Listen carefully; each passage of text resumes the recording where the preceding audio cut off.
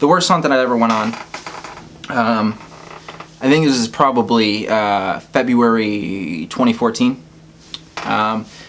We got hired to go into this house that was being renovated. They were flipping it, so it was kind of abandoned and decrepit a little bit. Well, halfway through the hunt I had to take a shit, so I went upstairs and I used the toilet, but it turns out there was no running water in the house at all. And we got billed for the damages to the bathroom.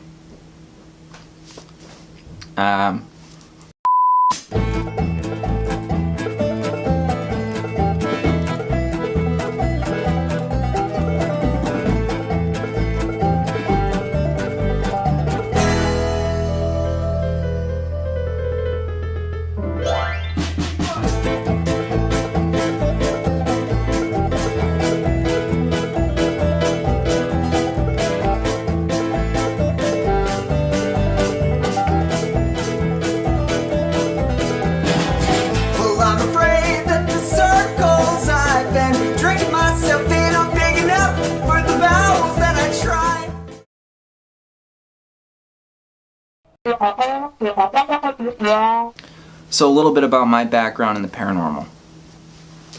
When I was about 10, my grandpa forgot my birthday. So he took me to a pawn shop and said I could pick out whatever I wanted.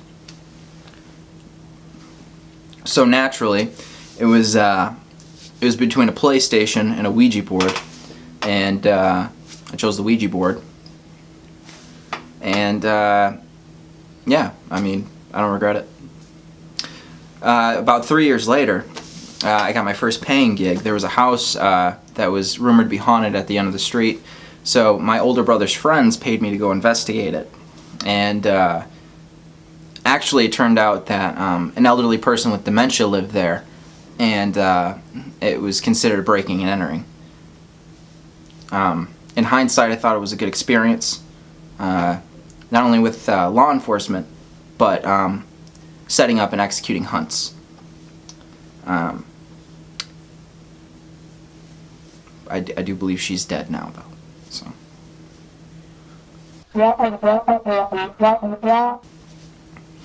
No, I don't regret choosing paranormal ghost hunting as a profession. It may not have a 401k, you know, a nice car, friends, health insurance, but I sleep soundly at night knowing that we're doing this kind of work.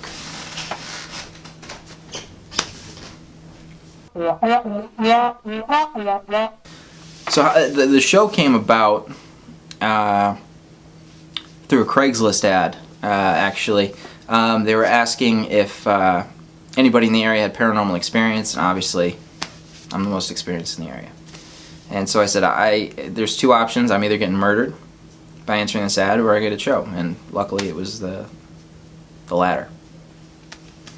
So,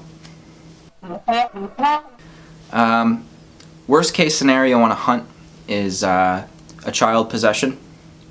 And it's not so much that it's, and you know, you go back to The Exorcist, you go back to the movies like that, and it's not so much sad because it's a child. It's because the child is quick and he can hide in small areas, so you don't know where he's at. The fucker can be anywhere, under the bed, cupboards. I mean, if a grown woman or a man is possessed, it's easy to spot. If a small child's possessed by Satan or a demon, that fucker can be anywhere. Rafters. I mean, if you played hide and seek with a 6-year-old who, you know, it can be complicated.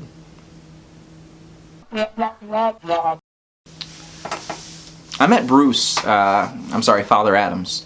I was 9, and he was the youth minister. And he always used to play these games with the kids, and he never liked me, never liked my older brother, and so we'd always just fuck with him. I mean, numerous times. I pretended to, I always tried to get him alone, and then I would scream. It's like, stranger, he's touching me. And then people would always freak out, and I'd be like, nah, I'm just fucking with people, with Bruce.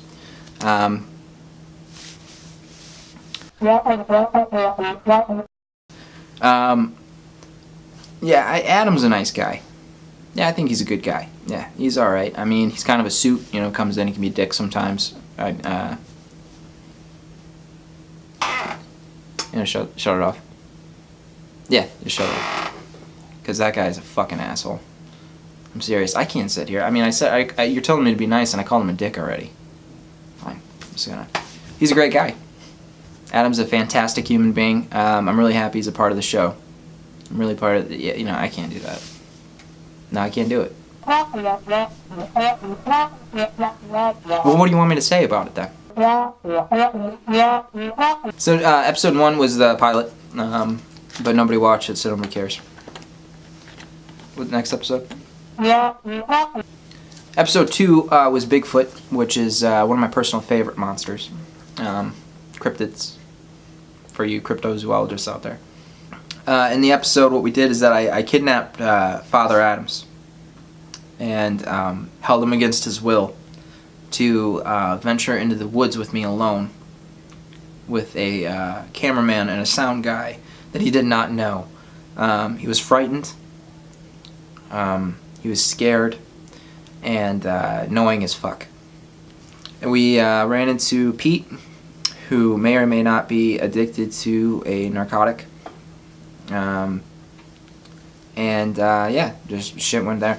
We did lose a camera guy, though. He never showed up when we were going there. I don't know if he just decided to quit. Kind of like some of the people from the first episode just never showed up again. So, episode 3, the day off, what we did is had a day off.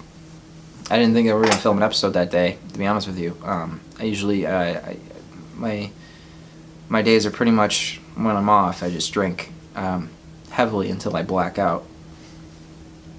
So, I mean, I was going to do that day anyway, so if he wanted to meet with me, that's fine, fuck it, he brought tequila, so we went there, a whole bunch of shit started moving around, his IKEA furniture was acting up, and I was like, this isn't right. So, I think there was a demon running around there, and we put an end to her.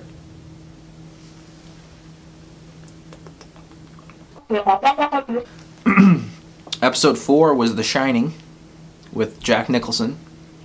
We just watched it and then remade it in a bar. No, I'm just kidding. So episode 4, we went to, we got hired to go to a hotel ballroom and investigate. And I don't really remember what happened during the weekend long investigation. But I woke up and I was all wet in a room with 3 other guys, so I try to black it out.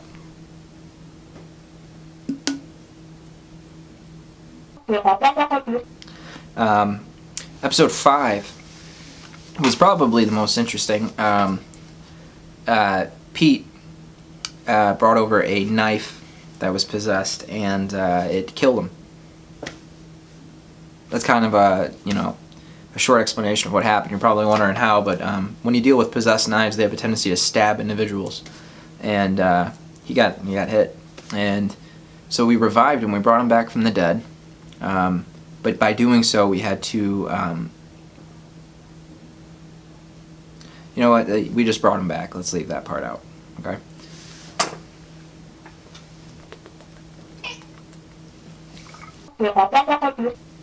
So let me go through a list of things that I believe are real.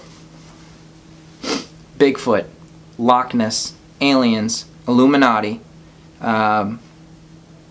Chupacabra, angels, demons, dragons at one point in history.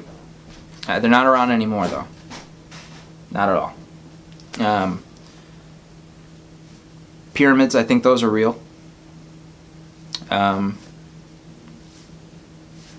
Oh, ghosts. Did I say ghosts already? Did I say that? Alright. There's probably more, I just can't think of it. So.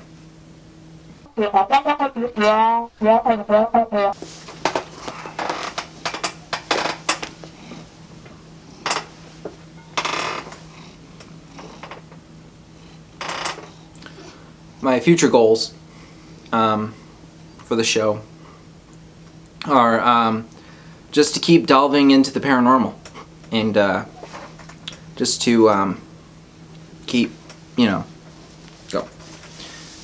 keep searching out the dark corners of the world and illuminate them. All the mysteries out there. That's what we want to do. We want to go out there, we want to hunt, we want to prove the existence of these creatures and these entities,